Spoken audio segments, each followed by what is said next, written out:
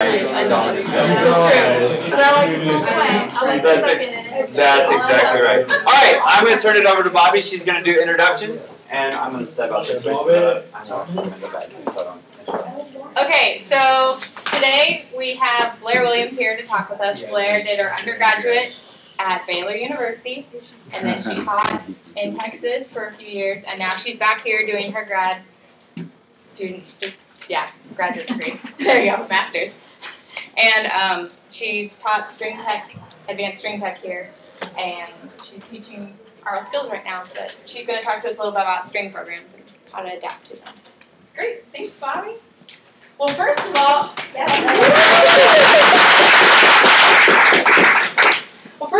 number one, I'm so excited to see so many people in one room offer music education, and you should all pat yourselves on the back. Didn't you win an award this summer too?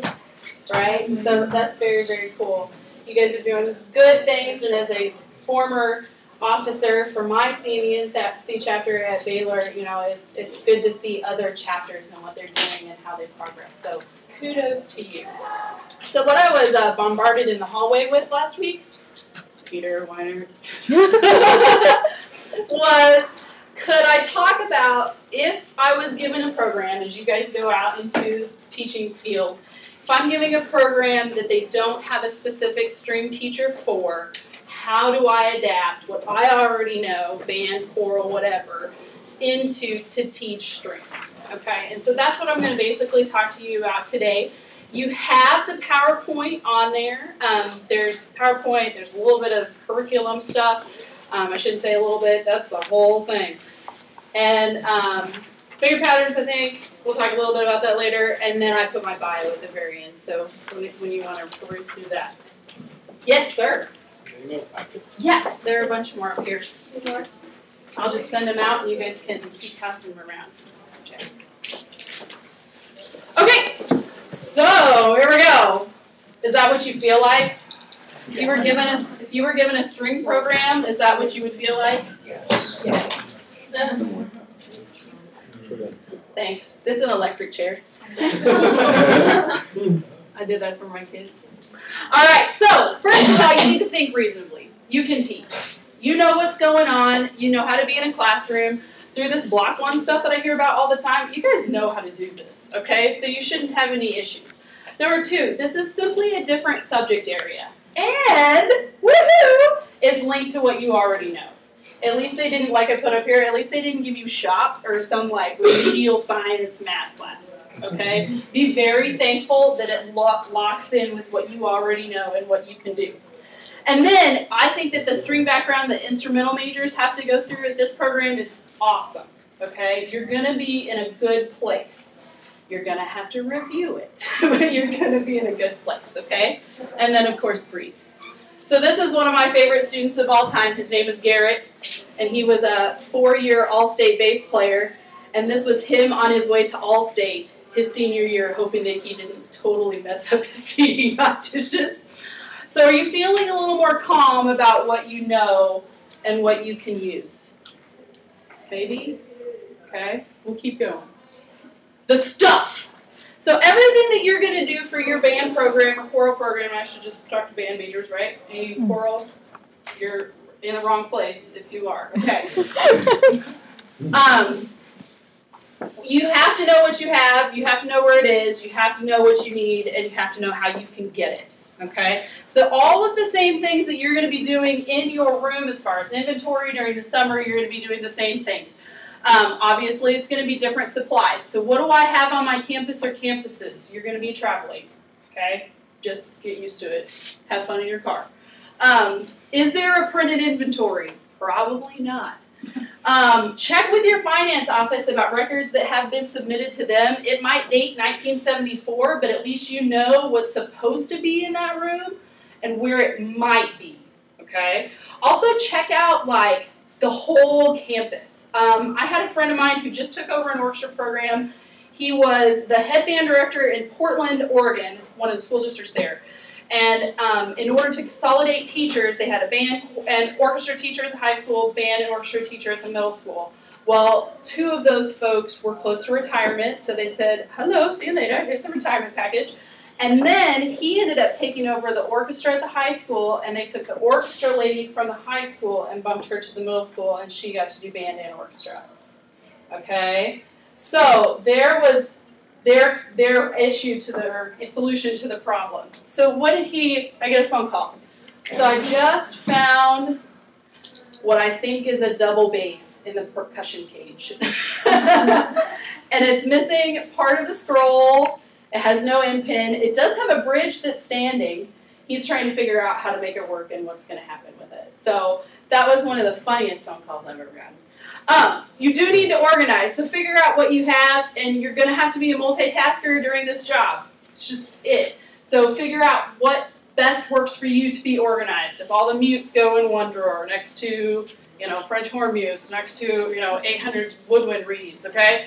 You've got to make sure that everything's in its right spot and label it, because you need to be able to look at the kid and go, you go do this. Take care of it, okay? They need to be responsible to be alive, okay? So, the other thing that I would do during your summer is check to see if you already have a roster with instrumentation listed, because that's where you're going to figure out what you need to get, okay? If you have 18 violinists down and 2 violists and a cellist and 1 bass player, and you have 13 basses in your locker and 1 violin, you're going to need to make something happen, okay? Figure out what the local string dealer is, and obviously, if you're teaching, I'm from Kansas, I understand the ruralness, okay? I'm from here. If you're teaching in western Kansas and they have string programs, by the way, the string programs in Kansas are some of the oldest in the entire country. Oldest in the country. That's really cool, okay? That's very, very cool. In fact, Arc City, Council Grove, and one more that way. Scott City, I think. Scott City. They're like the oldest orchestra programs in the entire country. Okay, so the string tradition in Kansas is very, very long. It's rich, but it's kind of spread out now. Okay, it's definitely spreading. It's going towards Kansas City. It's going towards Wichita. I actually judged in Great Bend and listened to a bunch of kids from Beloit. Awesome. Okay, last year. So it's not unheard of.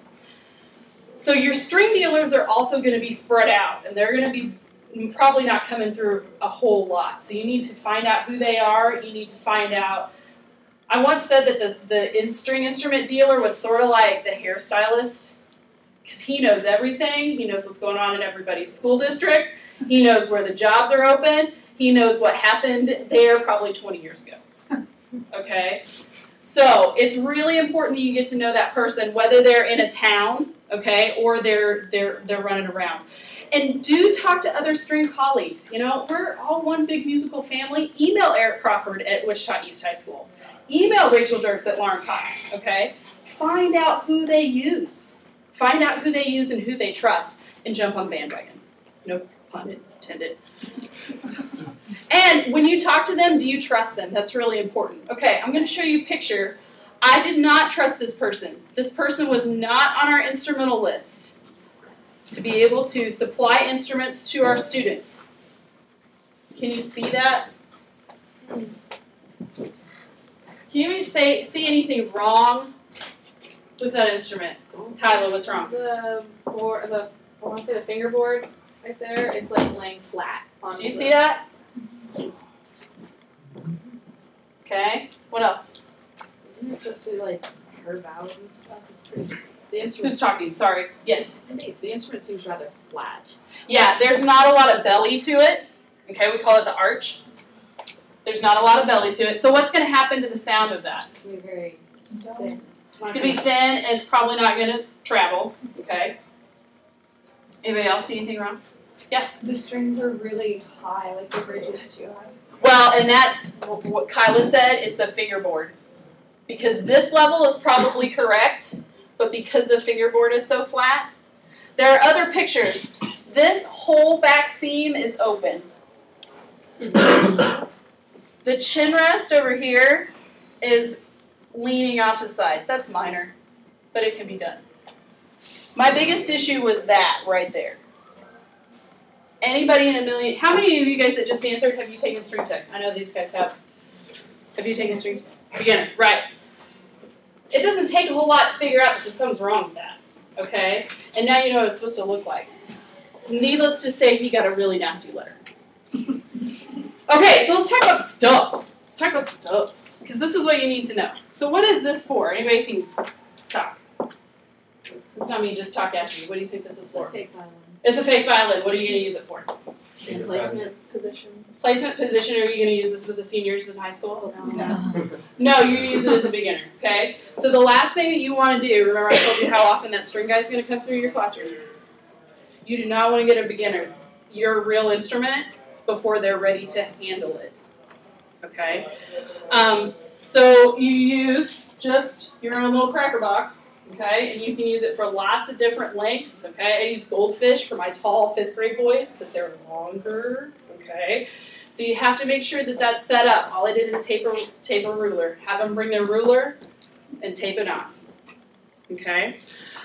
Later on, we talk about where the chin's supposed to go, what rest position looks like. You can do all those sorts of things without having them fall on the floor and get used to that before they have the real instrument in their hands. Okay? It's all about saving your own property. It's all about saving your own property. Other ways I've seen this done is an egg carton. Okay? An egg carton. How would that be beneficial? What are we going to add next? This is all left. There's a second part, right? Yeah, there's a second part. So the bow. So there are ridges in that egg carton, which is actually going to keep it straight, okay? What I do, and it must not have got in my bag, is I take an index card or toilet paper rolls, okay, if I collect enough over the summer, and I also tape that here, and then we use pencils taped together for fake bows, okay? So that they can get the coordination down before they put all of this stuff on the real thing, okay? So here's a good idea. Good idea.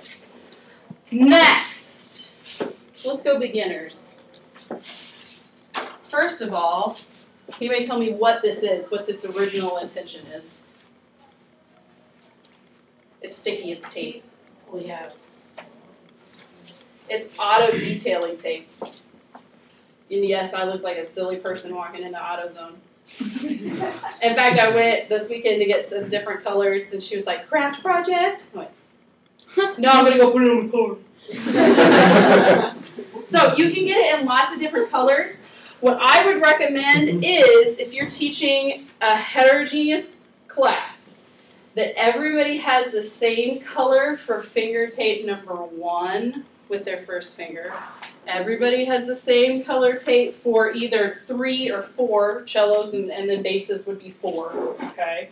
And then the shift, 4th finger, okay, would be for upper strings. I would make that a different color as well. So you don't even have to worry about trying to figure out who's on which pitch. You can just call out colors. Everybody put your first finger on the blue tape. Everybody put your next finger on the silver tape.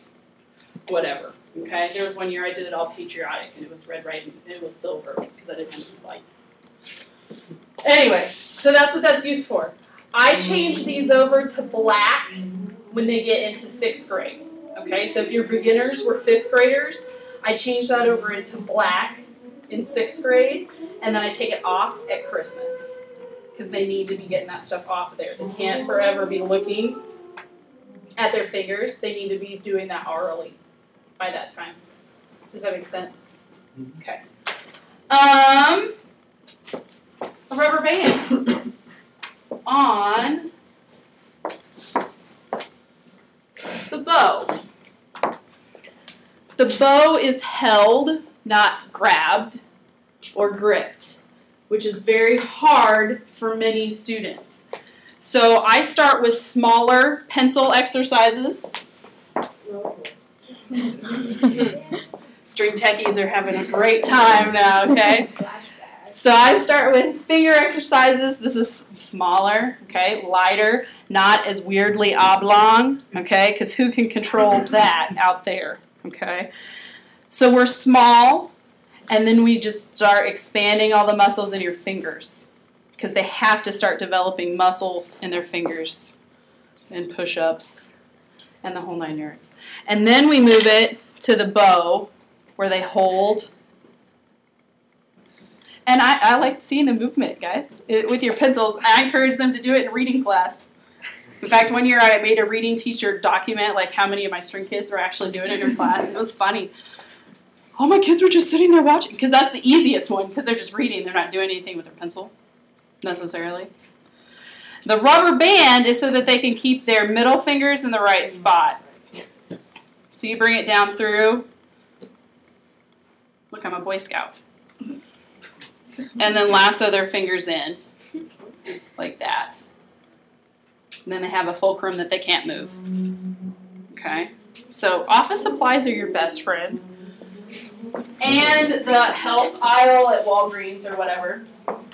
Because the next guy for young kids is a corn cushion. No joke. You're going to stick him right here. And he's now a pinky pillow. And you've created a little donut where your pinky goes. And that's one of the hardest things for upper strings to get control of, because let's be honest, how many of us use our pinkies in everyday life? Now that we're older, but younger, probably not. Okay? So they also have assignments to, text their friends with their pinkies, push the microwave buttons with their pinkies, anything that can strengthen their pinkies, because he is the gondolier, okay? He's the head honcho in charge of this boat that's happening, okay? Now, again, I would take those off as soon as possible, all right, because you don't want them to become a crutch. You never want them to become a crutch, but you can take them off whenever necessary.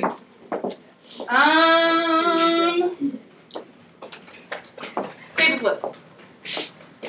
Children. Right. You're going to want to do as much maintenance as you can as possible, all right? And it makes sense. Stuff makes sense on the instrument. The bridge, is it glued down? No! And don't let some handyman dad tell you otherwise, okay? The first time a kid gets a loose string and it falls over, I've had it happen. Dad glues it, kid brings it back. It sounds like the worst muffle of all time. Okay? The bridge is not glued down. Why would it not be glued down? Those of you that haven't been in strings. Anybody? Resonance? Yeah, that's what we're creating. We're creating the world's first stereo here. Okay? So the string vibrates. It vibrates. The bridge, which see, I moved it. Did you hear that? I moved the bridge, which vibrates the faceplate. Vibrate. Which vibrates the sound post, which is a little dowel rod right about here. Okay. Which transfers it to the back plate. So the whole thing is vibrating. There's your resonance. Okay. So if you put glue on that bridge, you just totally killed it. It's dead. Dead instrument. So, this little paper clip broke on me. Chin rests are either going to be center, mounted like this, or most of the time you see them mounted on this side, on the left side. Okay? And that's it. That's partly visual. All right? So if the student is more right eye dominant, okay, they want to be a center chin rest. If they're more left eye dominant, they want to be a left. Okay?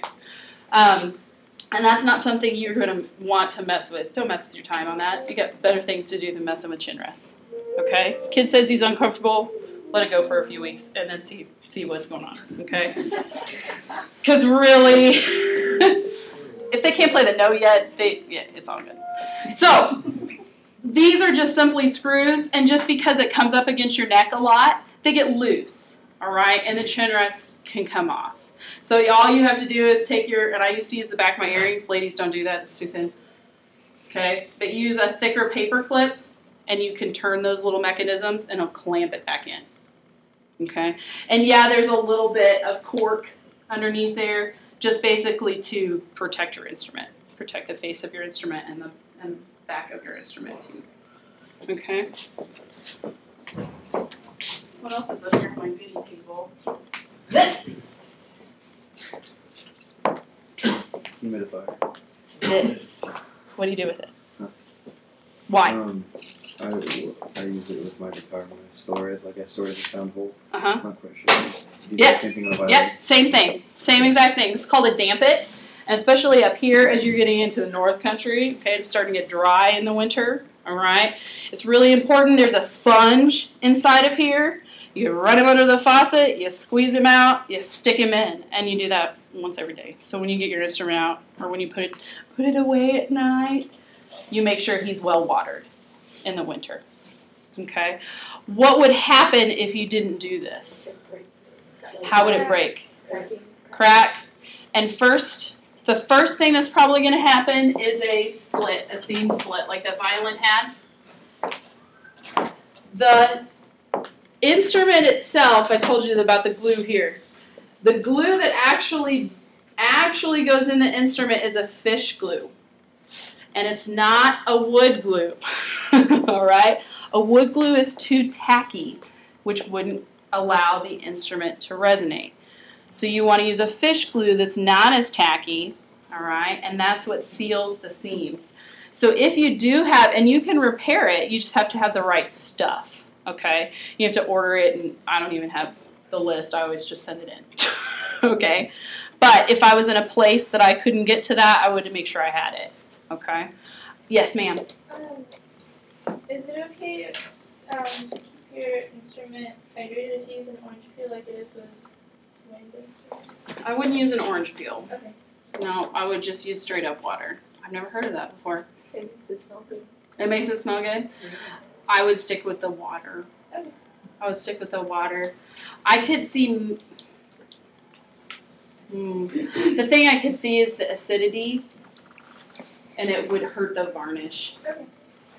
Now, your school instruments are shellacked with stuff, and they're not. I mean, the varnish is never going to come off of it. You could rub it down with Comet, and it wouldn't come off. But I will show here. Speaking of which, rubbing alcohol. What are you supposed to do with that? Clean. For that instrument. Clean. Clean what?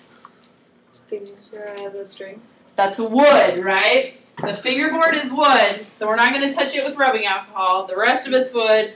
The strings, okay? So you can enhance the string life, okay? You should change your strings about once a year, okay? You should change your strings about once a year. And right to the side of there, right, don't ever buy red label strings. Ever. Ever, period. End of story, done. They're awful. And they last about a week for the good resonance. Okay, so then you clean with rubbing alcohol. You, with WD-40. What on here is moving? The twisty thing. The twisty things. Fine tuners. Did you fail my class? No, but I did fail the last assignment. That's right.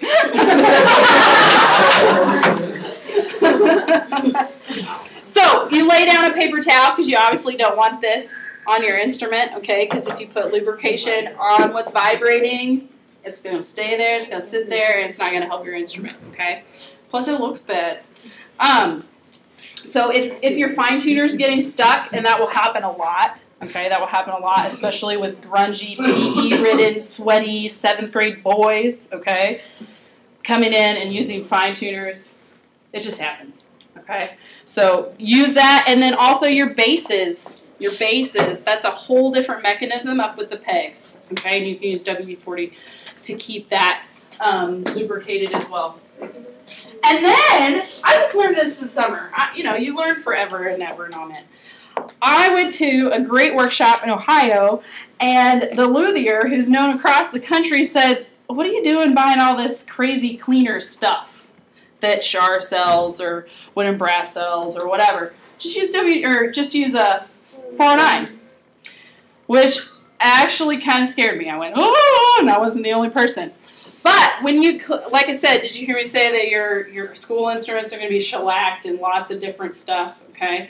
You're not going to hurt the wood at all on those instruments. Clean them with 409. Because what student wants to play an instrument that looks like it came over on the Titanic, probably in the water? Okay? They start to get really banged up, especially your large instruments, because you've got small bodies that are carrying big basses. They probably crawl in and sleep, okay? Like Jacqueline, okay? So you've got to be really careful. So make them look as the best you can, all right? Because they're going to want to keep playing them if you do. Plastic. This guy, I guess I have one on my instrument, don't I? This is called a mute. He's very little. He's 99 cents. Okay, for violins and violas. You will have times where it calls for it, just like you do brass folks, okay? So you will want to have a supply of them because you don't want to have to order them on the spot, okay? So they come in different sizes. Obviously, the cello one's a little bit bigger, all right? But the brand name to look for is Tourte, T-O-U-R-T-E. Tourte. And you don't need the fancy ones. There's some that slide up the string and then clamp onto the top. And there are silly ones, like for little kids that look like mice or cats or, you know, stuff. And then you can pick them up, put them on the fridge. It's so cute. So we did the rest of that stuff. I also brought in a practice mute, which is a little bit thicker and deeper. If your kid complains about, my dad works graveyards and, you know, the only time I have to practice is when he's asleep, and I can't practice because I make too much noise on my E string on my violin. That's going to happen. Offer them a practice mute. Okay, same kind of stuff you guys have. We got it too. Oh, he died. So what's next? Tell me what's next on your thingy. After the list. Oh, music library. So you're obviously going to have to check your music library. These are all things that you should make sure that you have, okay?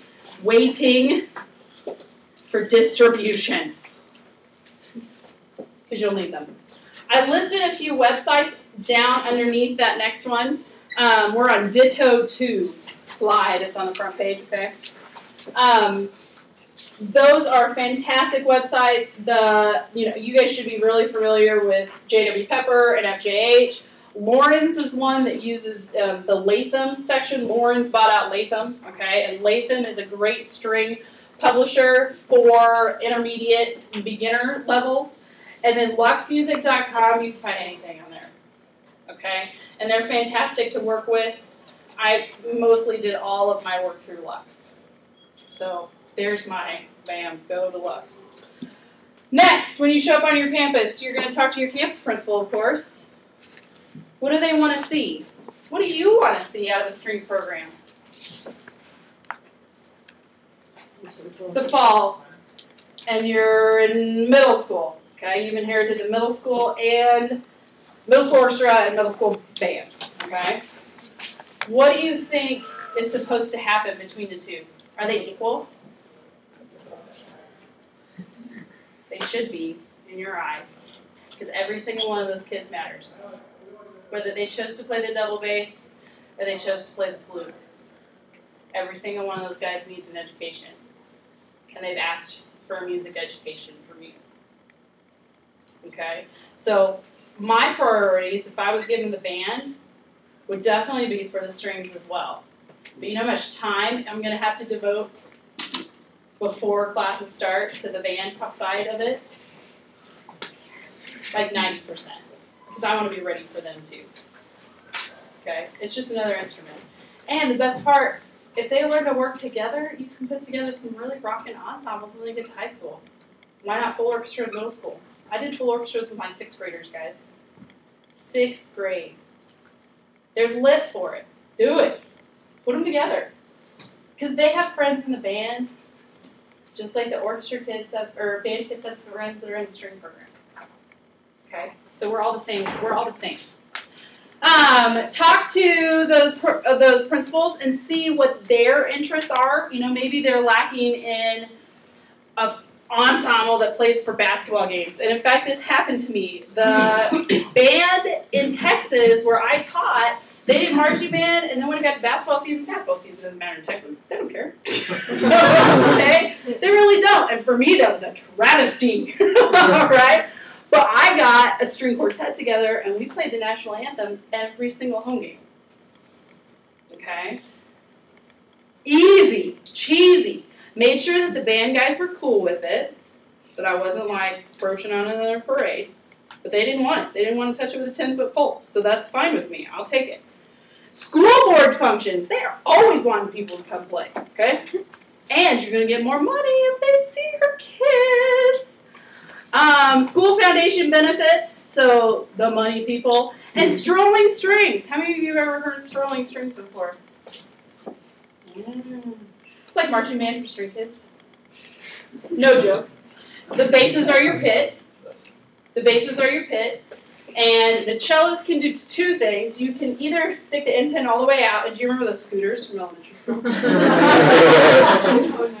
And you stick it in the center hole of the scooter. Or you can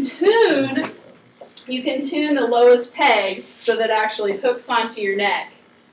And you march with the cello, okay? Now, obviously, for violin and viola, it's way simpler. Bam, there, okay?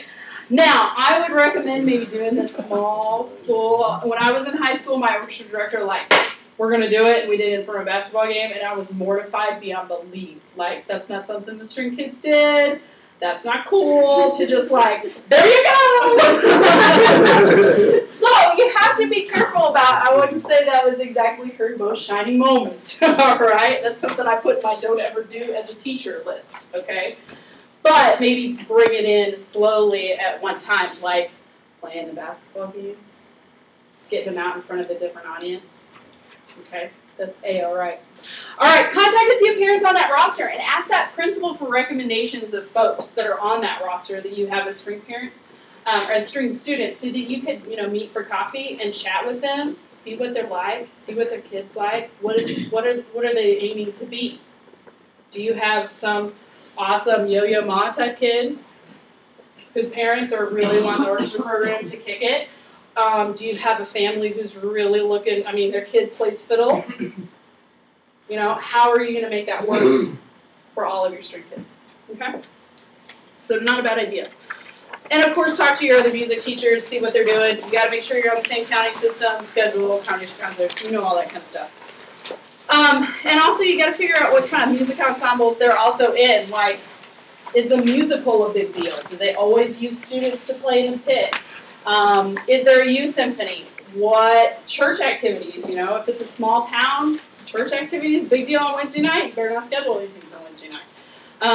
Are all of your cellists on the varsity football team? That happened to me, even in Texas. Okay, crazy. We just made sure that we didn't have any broken fingers. And are all your second violins in color guard? Okay, that's important to know. 2 different seasons of marching band, I rode the chaperone bus for marching band in Texas. Okay, you betcha. I schlepped all the pit stuff with the guys. Okay, what does that create? Communication between you and them. That's one. What about camaraderie? Yeah. And when it came time in the spring for full orchestra, how many of those kids wanted to be in full orchestra? Every single darn one of them. Okay. We could have done huge, huge work. So you should be feeling a little bit better. These are some of my Texas scholars, musicians. They look really smart, don't they? So now you get to teach it. And that's the best part. Aw, yay. Kiddos. They're cute. Okay, so level 1 beginners. What do you have to know at level 1? Well, first of all, if you're given a beginner class, which probably will happen, even if you're hired as an assistant instrumental instructor, and they actually have a string teacher in the district, where do you think that string teacher is going to be? The high school level. At the high school. Just the way it is, okay? So that means you're going to be in front of those beginners, and so you better not set them up wrong. Okay? Don't do it. And a lot of string playing is the technique, okay? It's the physical part of it. It just is. So you absolutely must be able to play every single one of those instruments before they walk in that door. Because how does a student, what's one of the ways a student learns? Visually, right? And they need to see you demonstrate it. And at that point, they haven't exactly put together that the functions of the bass are pretty darn similar to the functions of the violin and how you come to that instrument, okay? In the whole scheme of things. You must feel comfortable demonstrating. So, try not to, the night before classes start, learn every single instrument. But maybe start in June, do a few exercises, all right? Get a good feeling for what it's like, okay? Remember those string tech classes that you took here, okay? Then you're going to have to make sure that you locate which method book you want, all right? And using those school instruments is going to help. The method book, check what's in your library already. Check to see what's already there, okay? And if you don't like it, I wouldn't necessarily recommend changing it the first year, okay? Deal with it the first year, save it for the next year, make a different decision. For instance, in Essential Elements Book 1, I think it hangs out on the D string way too long, okay? But I have issues with orchestral expressions because it starts from, if you're thinking backwards, okay, it starts from the highest pitch and works its way down. So it's very upper string directed, which means the cellists start in second position. It means that the bass players start in third position and come back down. You just gave a kid an instrument. They don't know the geography of the fingerboard yet, okay? So I think it's really important to build it off of one, first finger, blue tape, okay? Blue tape, build it up. So, you know, I spend a lot of time changing orchestral expression books to, no, that A is really first finger on the G string, not fourth finger in third position. I also recommend a book called Rhythm a Day by Ann Witt. It's published by Bellwin. It's fantastic. It works through major and minor and all of the key signatures. It may be even published for the Banville too, because I know she stole a bunch of stuff. And then, of course, encourage private lessons. If that's not a one-on-one 10-minute lesson with you, okay? Because we all know that it helps to get some one-on-one help, especially immediately right out of the chute. Okay? So those are the big things. Now, in your curriculum, if you flip over to the next page where it says Midway ISD curriculum, I gave you the full shooting match. So, starting, and you can ignore the TEKS, whatever stuff. That is the curricular guidelines for Texas, Texas Essential Knowledge and Skills. So this is the music curriculum for Texas, and then I went through what we do in every grade level, and then made sure that it lined up with what they were wanting for each grade level. I know it's like microscopic on your page, okay? But if you get into this situation, my email and business card are on there. Email me, I'll send you the bigger file. Okay, but I wanted you to at least be able to see it. So we're looking at all of these things, and you can kind of outline kind of where these folks should be. I figured that would be the easiest way than kind of listing it all down. Right hand, we're looking for a clean tone, right? We're all looking for a clean tone immediately. Left hand, of course, we're trying to get set up in that finger pattern, whatever it is. And let me clarify, finger pattern. When you set down notes on the string, you're going to have 6 different finger patterns. Okay, and everybody stick your left hand out in front of me. And we'll all be violinists today. So put your first and second finger together. Where's your half step? First and second finger. Okay, whole step, whole step. This is a pattern, okay? And you're going to find that wherever position you're at, okay? The next is you're going to move 2 to 3. So now you're almost Baki. Okay? So this is finger pattern number 2 because now you've added higher. You've moved the half step in your pattern. We're going to see how this works. Drop the 3 down to 4. Now we've migrated again. Okay, number 4 is all whole steps because the half step happens between open and 1. Okay, so you've migrated your hand frame to. Then number 5, you're going to bring your 4 back in. You're still in half position because below 1. What finger pattern does this look like? 3. It looks like 3. It is 3. It's 3 in half position. Just don't tell them that until later. Then we come back into first position, and we have the augmented second, the step and a half, all right? So now we have E, F, G sharp, A. So you have a bigger space between 2 and 3. Okay, so we're preparing them for harmonic minor there. All right. Just in your left hand, spread out your fingers as far as they'll go. Where is the biggest space? This Well, excluding the. It's between which 2 fingers? 1 and 2. It should be between 1 and 2 because you have a tendon here that's tight. Did you pull 1? She's a Martian. Thanks, Blair. It should be 1 and 2, okay? It should be 1 and 2, naturally falling in your hand frame. And that will answer a lot of questions as you get to cello world. Instead of doing high 3s for violin and viola, you actually extend here and you start playing 2s for whole steps instead of 3s for whole steps. Okay? So those of you that haven't had string tech, that didn't make a bit of sense, but you'll get there. Let's go back to toys. Ooh. What are they for? Vibrato. Vibrato. We're now into the intermediate level. We're getting into middle school. And so they should be able to have a good tone. They should be able to, we say should. Because you taught them so well, they do.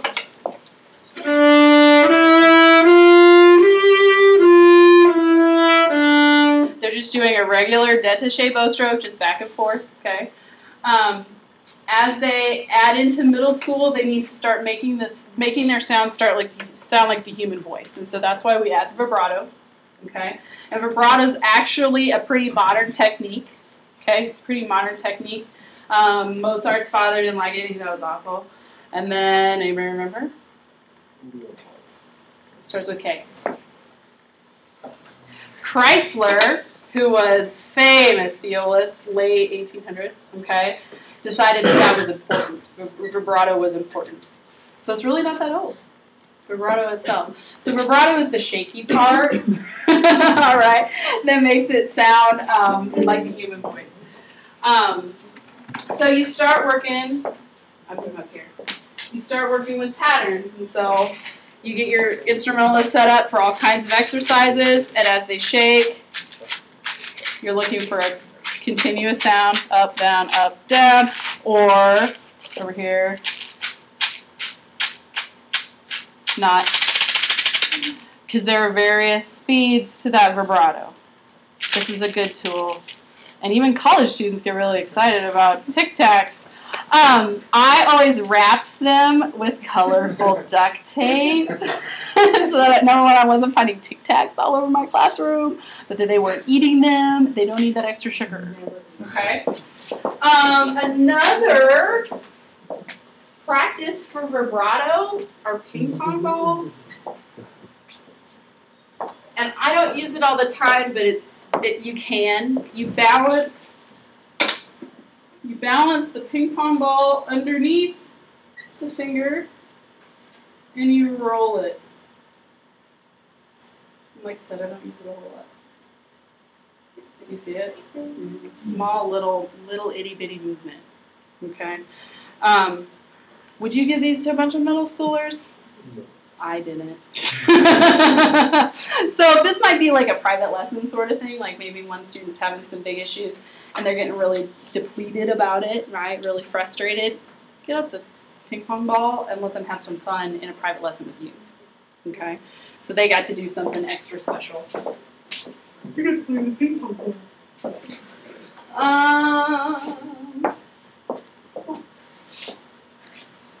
So next we're moving into, like I said, middle school. By this point, I would definitely encourage you to find one of those instruments that you are the best at and continue demonstrating on that instrument, okay? Because by this point, they should start to see the correlations between, oh, she did that bouncing thing on the violin. I can do that on bass. It's just, the other direction, okay? So they should start to see how that works. So your workload is getting a little less by the time they get into middle school, because you should be doing it on one instrument instead of trying to master it on all four. If you have harp players, all the power to you. I recommend Essential Elements Book 2. I also like Essential Elements, the Techniques book. Okay, the Techniques book moves into more vibrato and such. Outside of that, and it's not listed, I use this book almost all the time. It's called the Viva Vibrato. It's got exercises for how to do the wah-wahs and ping, pong, ball. It's just got more exercises, okay? More exercises, and you can use those coming at you a lot. As I said, we're starting to develop the bow stroke in middle school. So this book by James Jelland, who's a professor at Northwestern, is fabulous.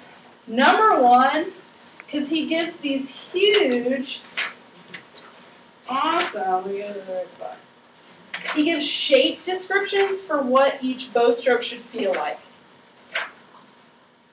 Do you remember that? Yeah, that was my book. That was your book? That was mine. So underneath here, we're talking about your regular détaché. He puts these little half moon, half ovals, like that. So détaché slightly separated, but not, completely separated, in order to show the kids, which is awesome. And it also comes with a workbook that you can get for the students if you want to, or just buy one and use what you need out of it. But it uses actual pieces, okay? It uses real lit to show you how to do those bow strokes. So you can listen to Boston Symphony play it, or whoever you want to, and then go back and show them how it's done. But I love that book mostly because of the shapes. Like détaché portato then changes into, portato means heavier, so it then turns into, wouldn't that be easy to understand as a kid? Love it. He's a funny little guy. So we've expanded on the finger patterns. We're obviously expanding our scales. I talk about finger patterns all the time and how they relate in the scale. Okay, so you can go with that however you need to. Continue the use of mini method books in the middle school. Don't be afraid. My high schoolers were like, oh, we're older than that. We don't need a method book anymore. And and I forgot to mention, there's an absolutely awesome new one on hot off the presses by my good friend Michael Alexander. There it is.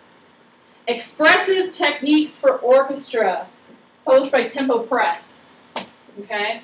He took a bunch of stuff, and his fellow writers took a bunch of stuff that we've been carrying around in like 5 different method books and 3 different keys, and put them all together in one exercise, which is awesome, which is so awesome. So you can carry around one book instead of all of them. Okay, like your Rubank saxophone book versus your clarinet saxophone or clarinet Rubank book. Okay, same sort of exercises, but 2 different books all together in this one for strings. It's gonna make my life awesome. Not that it's not already. So then we move into another, I have a suggestion, Daily Warm-Ups by Michael Allen. That's also available in full orchestra, okay? And so it's all about articulations, it's all about scales, it's all about finger patterns, and that's when you can just set the metronome and do whatever administrative stuff you need to do, and they just run through the whole thing. It has a tuning sequence at the beginning if you want to use it. I don't never use it, but if you want to use it, that's fine. And then everybody should be, early high school, at least to 2 octave scales. At least to 2 octave scales. Your upper string should at least be in 3. Continue to fine-tune the right hand, and really from here on out, it's fine-tune, fine-tune, fine-tune, because everything you've highlighted for them and in the curriculum there, it's just continuing to develop the skill. What else do I have back here? Another good book for younger kids is called Playing the String Game by Phyllis Young. It has a bunch of little exercises like, so let's go back to the pinky pillow, and say, my whole class is having issues with this. That's just not flexible. What's that going to sound like when you get to the instrument? Horrible. Besides horrible.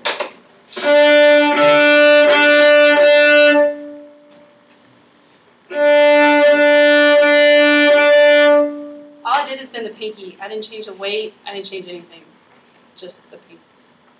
Okay, so there's a huge difference. So you can actually go to pinky games in here. You got your little 5th graders, and they're all excited to be in class. And it's got cute little games. Look, cute little cartoons and stuff that outline the games. Good book too. Okay, Playing the String Game.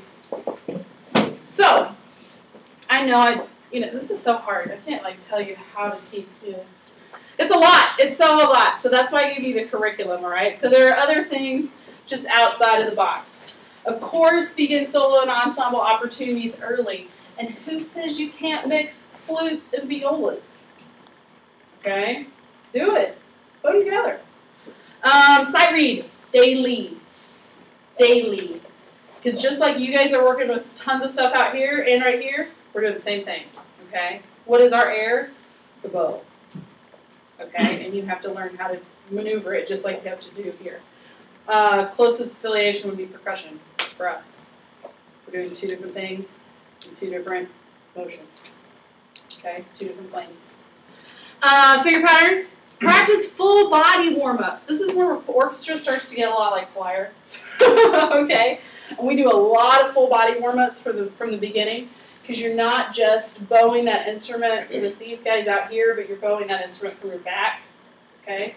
And there's no way you can get good tone sitting like this, unless you're last year second violin in the New York Philharmonic still, and you're 800 years old. Apparently they still play well. Insist on full bow, just like you want full air from your students all the time. Full bow, because as soon as they start getting small with their bow, getting scared of what it sounds like, is the sound you're going to get. Okay? Weight, speed, placement. Weight, speed, placement. These are mucho importante. If you increase the weight on a bow stroke, like this, what am I going to need to do in order to make that sound better? Speed. Speed. You're going to have to spread it out like peanut butter on toast. Okay? You guys are probably hungry. You're going to spread it out. So if I want a piano sound, I want less weight, what's going to happen to my speed? Slower. It's actually going to increase. Okay? Less weight. Less weight. Less weight. More speed. More weight. Less speed. To get a decent sound. Okay? Hey! Placement. What am I talking about with placement? Bow placement, and there are 2 functions. You're either talking placement between the bridge and the fingerboard. Okay, let me give you just one note on the fingerboard. And I won't change the weight or the speed. Way different timbres, right? Okay, that's more of a poncello. Okay, so we use zones or lanes, all right, to talk about where they should be. There's also a second component to placement, and that's in the bow, okay? So if you're playing the upper half, is your weight going to be heavy or light? Light, as you get closer. And you're continually trying to make what I call rectangles of sound with your instrument, with your bow. Because as you pull a down bow, what's naturally going to occur is this. Did you hear it? Mm-hmm. Wah! Right? We have an isosceles triangle, whatever. Okay? What's going to happen backwards? It's louder. If I didn't catch the A string. It's going to get louder because of the weight, because of where the hand is. So in order, as you get to the middle, And add weight and slow it down. And as you come to the frog, you're going to decrease and speed up. Okay? So you have to think about those ratios so that your students don't sound like Nobody wants to hear that. Including you. You guys alive? Awake and alert?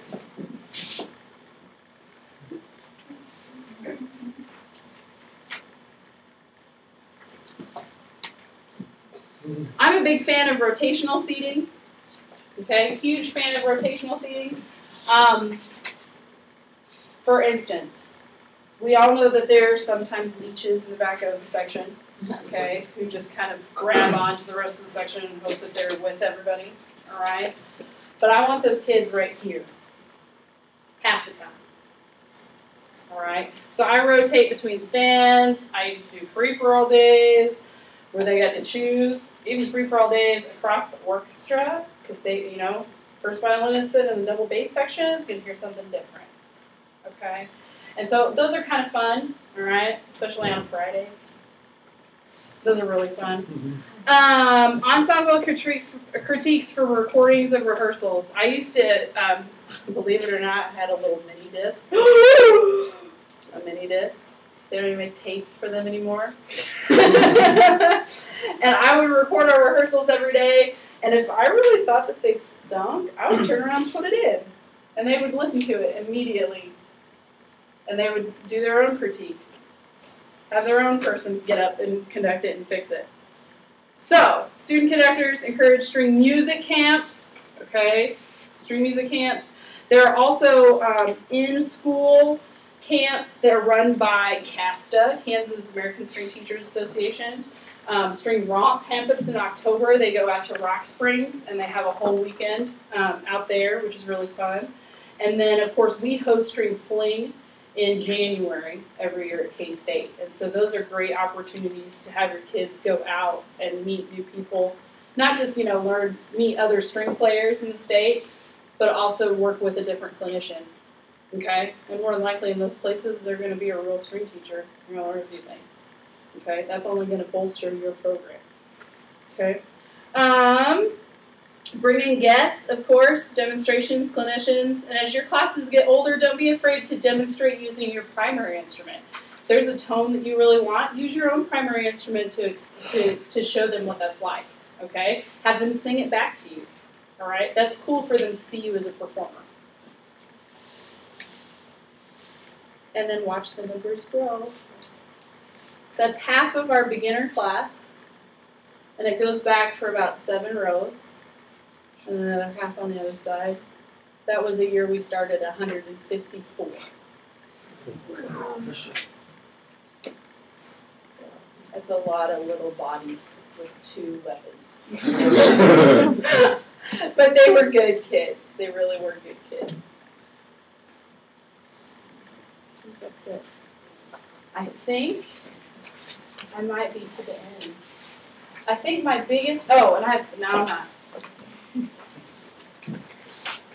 Couple things that you might want to write down that I didn't get to include on the list.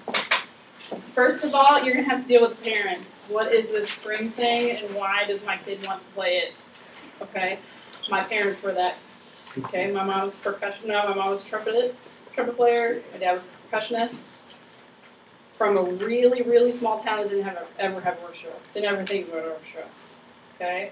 And then I grew up in Newton and wanted to play this thing called the cello, but Gerald Kiger informed me that I would get a college scholarship on the viola because it's so rare, and I did.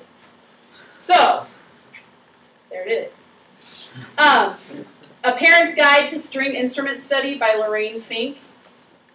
Parent's Guide to String Instrument Study by Lorraine Fink is a fabulous little book. It's kind of getting dated, but it still has good things like Pernambuco wood is for the bow, and it talks about what all the parts are and how do you find a private lesson teacher, and you know, use of records and cassette tapes. See, I told you it's going to get dated. Things you can do to the instrument. what you shouldn't do to the instrument. It's a good book. Good little handbook.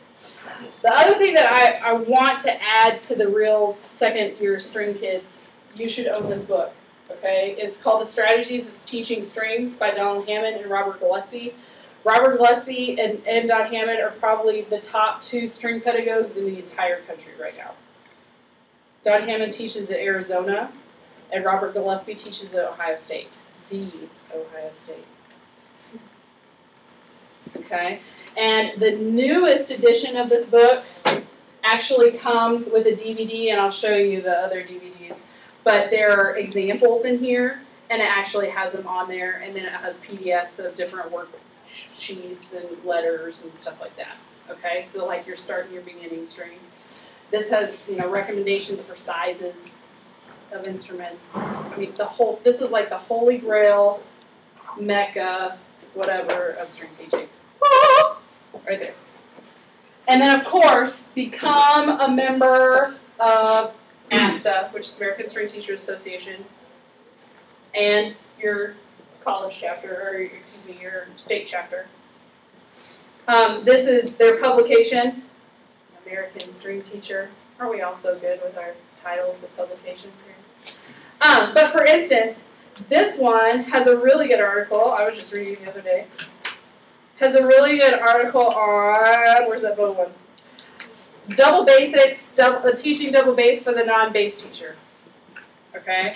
And it talks about all kinds of things that, you know, I learned in my methods class, but it also has some cool ideas for how to develop German grip versus French grip. Okay? I was like, sweet. I like that idea. All right? So just like you have your own magazines for your own different instruments as well. Use this one, and of course there's the American Viola Society, Violin Society, Double Bass Society, Cello Society. Everybody has one. I think that's it. Maybe I really am done now. Do you have questions? What are your questions? I'll answer them to the best of my ability. Yes, ma'am. When should you expect students to have their own instrument? I expected my violinists and violists to have their own instrument at the beginning. And that was simply because we didn't have the budget for upper string instruments. So we started developing that because my school was suburban, 85% white, okay? Socioeconomic, very good, all right? But we started getting more families that couldn't afford the rental, and so we started opening our inventory to upper strings too, so that we didn't just have to, you know, the only option we have is bass or cello. For my school cellists, I encouraged them to go ahead and rent a cello, but leave it at home, and I had a school cello for them. So that way, that instrument was not getting tore up, going back and forth from school to home all the time, and I could ensure that it was going to be in better shape and actually stay with the school longer. Basses, I encourage them to stay at school and practice. If they start to really develop a knack for it, they're taking private lessons, they're getting in the ball game, they should probably think about owning one late 7th grade into 8th grade, because they're going to want it for high school. They're going to want it for high school. So those would be my recommendations for that. Because I don't remember talking about this instrument. Is there an insurance that you can purchase with a budget for the instruments to cover that kind of damage? Because you told us some horror stories, and I'm remembering horror stories from high school. It's going to be different in every district. You're going to have to talk to your district about what they want to do. But our district, it was part of the building itself. But we still had to pay for repairs out of budget. Yes, ma'am. When do you expect students to be able to tune their own instrument as opposed to lining up at the piano? Absolutely, or my McAdams that starts on A at the beginning of the day. Beginners, in my experience, I had beginners Monday, Wednesday, or Tuesday, Thursday, and they were in my class for 25 whole minutes. And in my class, that also meant them getting their instrument and getting into their chair and not killing somebody, because my violin class was about 55, 65 students in one small room. So no way were we going to line up and tune, because it's different. So what we would do for that situation is we actually, before we left that building to go teach in a different building earlier in the day, we would tune all those instruments and then put it back in the cubby, and then go, and then go back. And yeah, they weren't going to be 440s still, but they were going to be closer than they were when they got to the building that day. As far as learning how to tune, that was part of my 6th grade procedure, so that was 2nd year, and we did that about now, actually, middle of October, because I really wanted them to have some eerie sounds about October. Get in the mood. Okay, so we talked about tremolo and, you know, bending pitches and stuff like that in October. And they should be pretty fluent at it by around Christmas, which is good because they actually went to contests in the spring. My 6th graders went to contests. Anybody else? Anything at all about strings? Well, I put on the front my business card. I totally recommend it. I'm sure you are keeping all of your CMENC speakers in some sort of folder. I just referenced one in my own folder a few weeks ago. So I would really, really encourage you to keep these. That phone number is never going to change. That email address is never going to change. So if I can be of any service or assistance, I'm happy to help you at any time. Thanks for being so awesome. Appreciate it. And CMENC has bought a small gift card. Oh, thank you. Thanks, guys. Give her another round of applause. If you want to come up and look at the stuff or play with it, you're more than welcome. Gives them the viola. Not over there.